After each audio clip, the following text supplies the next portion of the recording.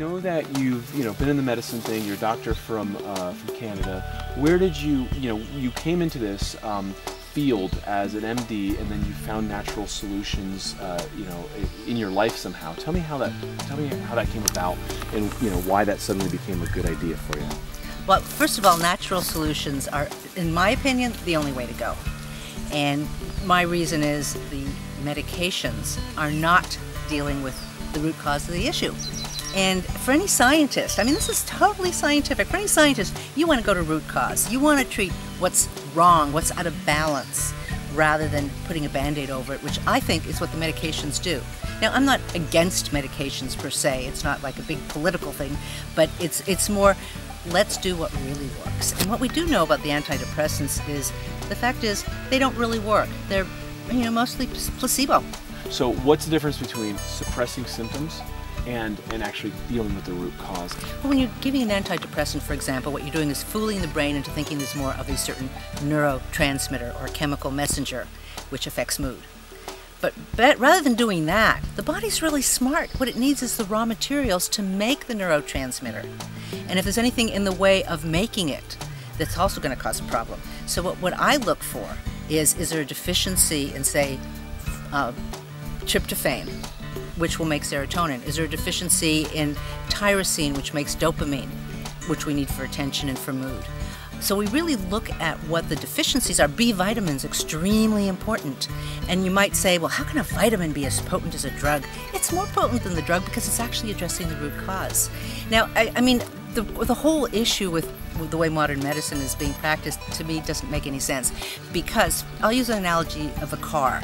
You take your car to your mechanic because you have an engine light on your dashboard. Now, if you did that and they said, oh, no problem, lady, cover over the red light or pull out the wires. I mean, you'd say, hey, this isn't such a good mechanic, right? You want him or her to look under the hood. It's really a matter of figuring out what's going on.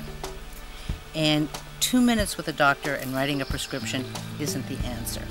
So what I do is I take a history. People fill out a whole questionnaire in advance, and then I review it with them. And already I have a whole lot of information. For example, if somebody has, somebody's complaining of depression, and they also can't sleep, and they're kind of wired, I'm going to look for serotonin deficiency. That's going to give me the clue, and I may not have to do any lab testing. If, on the other hand, they're depressed but they're unmotivated, they can't even get started in the morning, their attention is poor, they're very likely low in dopamine, or they may have an adrenal deficiency. And all of those, with more questioning, can be figured out and then treated appropriately with the right supplements. I went to medical school at the University of Toronto and had great training. They really taught the art of medicine there. We learned how to take a good history, how to relate to the patient. Imagine that, relating to the patient. And then, as I went into my residency in psychiatry, it became clear to me that people's moods were affected by their lifestyle. And I had to figure it out for myself pretty well, but I also began to read very wonderful mentors like Abram Hoffer, Carl Pfeiffer, and learned about nutrient deficiencies and how they affect mental health, and began to apply this with my patients. So right out of the residency, I was actually already experimenting with this and getting results, and I haven't turned back. I have patients coming to me who've been on antidepressants or some sort of psychotropic medication for years and years, and in fact, the drug isn't even working anymore. And the person is tired of taking it.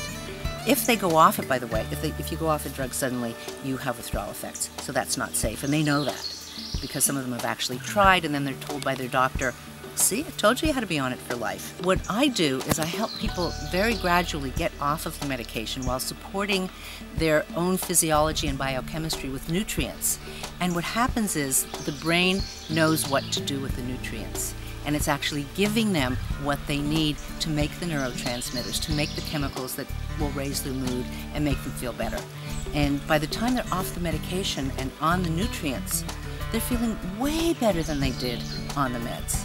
And they're happy, and they're real, they have a real mood. One of the things that the antidepressants do is they flatten your mood, and people refer to it as chemical brain. They just don't have the joy. They may not have the real deep depression, they don't have the joy that they would like to have. And they don't have even the sadness that they want to have when it's appropriate. You know, when there's a death or a loss, they find that their moods are normal. And it's just so fun for me to see this. And I see this every day in my office.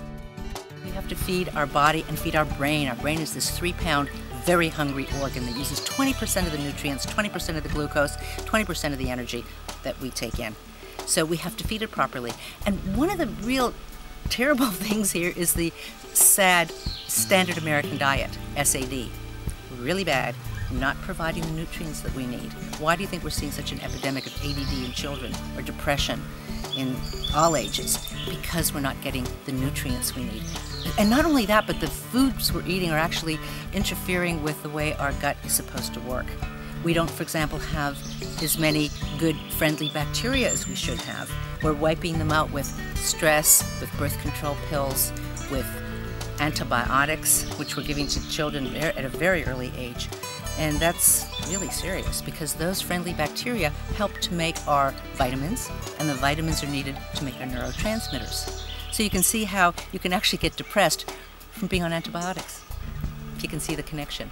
So my job is to make sure that my patients are eating appropriately, and I'm not going to go into all the details, but fresh vegetables, organic, fruit, protein, essential fatty acids, and then to definitely be taking a high-quality, high-potency multivitamin. The one a day from the drugstore is not going to cut it, because the way our diets are and the way we're exposed to toxins that need detoxifying, we actually have to fortify our bodies. You know, what you're doing here is investing in your future, and if you want to have a future, and a good one, live healthfully.